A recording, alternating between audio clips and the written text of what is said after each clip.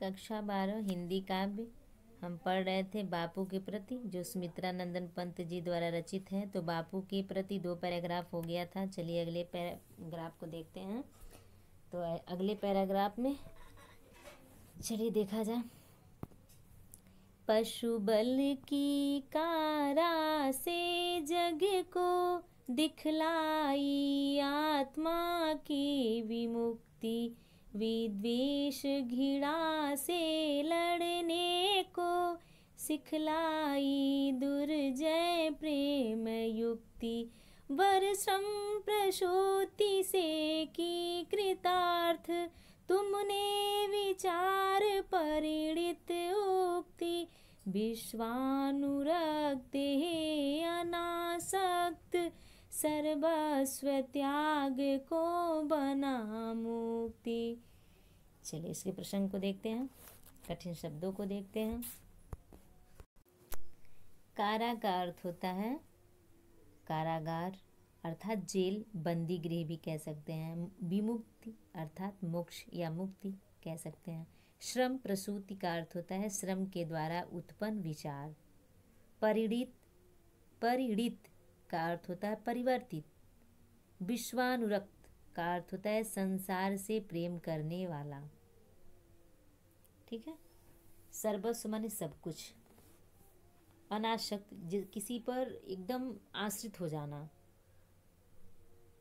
विद्वेष द्वेष यानी जानते ही जलन होता है, ईर्ष्या होती है जिसको कहते हैं। चलिए प्रसंग को देखिए। प्रसंग में आप लिख दीजिएगा कि प्रस्तुत कवियों पंक्तियों में मानव समाज के प्रति गांधी जी की भूमिका एवं उनकी श्रेष्ठता को दर्शाया गया है। प्रस्तुत पंक्तियों में मानव समाज के प्रति गांधी जी की भूमिका एवं उनकी श्रेष्ठता को दर्शाया गया है। तो चलिए देखते हैं। पशुबल की कारा से जग को दिखलाई आत्मा की विमुक्ति। कवि गांधी जी को संबोधित करते हुए कहते हैं कि हे गांधी, जिस समय यह संसार पाश्विक शक्तियों के कारागार में बंद रहा, कराह रहा था, चिल्ला रहा था, उस समय आपने ही अहिंसा के आधार पर आत्मा की दिखलाई आत्मा की विमुक्ति, आत्मा की मुक्ति की राह यानी कि मोक्ष का राह दिखाया। जिस समय संसार पाश्विक शक्तियों के कारागार में बंद कराह रहा था, चिल्ला रहा था, रो रहा था, उस समय आपने ही अहिंसा के आधार पर आत्मा की मुक्ति, आत्मा के मोक्ष के द्वार को आपने ही दिखाया। यही नहीं, विद्वेष घृणा से लड़ने को दिखलाई दुर्जय प्रेम युक्ति। आपने क्या किया? ईर्ष्या, द्वेष एवं घृणा का भाव रखने वालों से प्रेम का व्यवहार करने की प्रणाली सिखाई। जो क्या करते थे? एक दूसरे से ईर्ष्या करते थे, जलते थे, घृणा करते थे, ऐसे भावना रखने वालों को आपने क्या किया? प्रेम व्यवहार करने का भी प्रणाली नियम सिखाया। सिखलाई दुर्जय प्रेम युक्ति। ठीक है। वर श्रम प्रसूति से की कृतार्थ। आपने अपने विचारों को मात्र कथन तक ही सीमित नहीं रखा, वरन उन्हें व्यवहारिक रूप से क्या किया? परिवर्तित कर दिखलाया। परिणित, यहाँ तुमने विचार परिणित उक्ति, आपने क्या किया? परिवर्तित कर दिया। कृतार्थ, जो जिसको हम कहते हैं उपकार एक तरह से, तो यहाँ कहा गया कि आपने अपने विचारों को मात्र कथन तक ही सीमित नहीं रखा, बल्कि उन्हें व्यवहारिक रूप से परिवर्तित कर दिखलाया। इस प्रकार आपके विचारों के अनुरूप व्यवहार एवं कार्य क्या है? कार्य के संबंध में कहे जाने वाले कथनों को हम क्या कहेंगे? विश्वानुरक्त हे अनासक्त।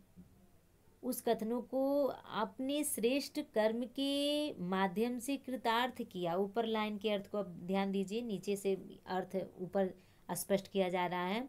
वर्श्रम प्रसूति से की कृतार्थ, आपने अपने श्रेष्ठ कर्म के माध्यम से कृतार्थ किया, यानी हम लोग पर उपकार किया।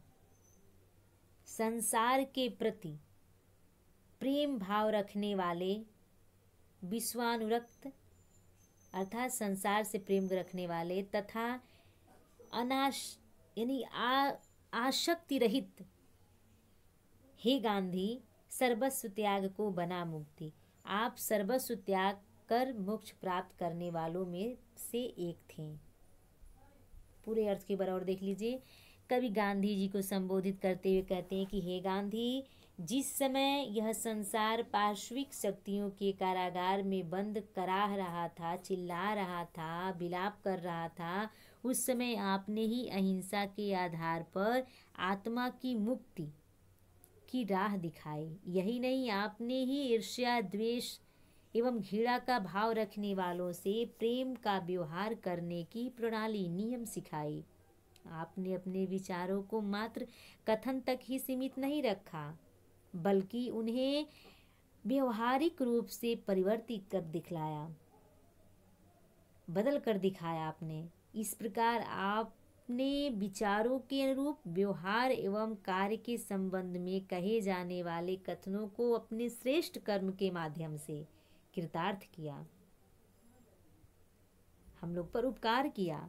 संसार के प्रति प्रेम भाव रखने वाले तथा आसक्ति रहित हे गांधी जी, आप सर्वस्व त्याग कर मोक्ष प्राप्त करने वालों में से थे।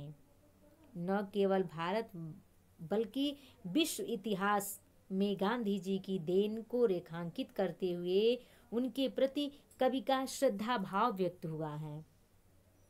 ठीक है, चलिए आगे बढ़ते हैं। इसमें शांत रस है और भाषा तो बताई थी, संस्कृत मिश्रित खड़ी बोली, अलंकार रूपक है, उत्प्रेक्षा है इसमें और उपमा भी है। ठीक है, चलिए आगे बढ़ते हैं।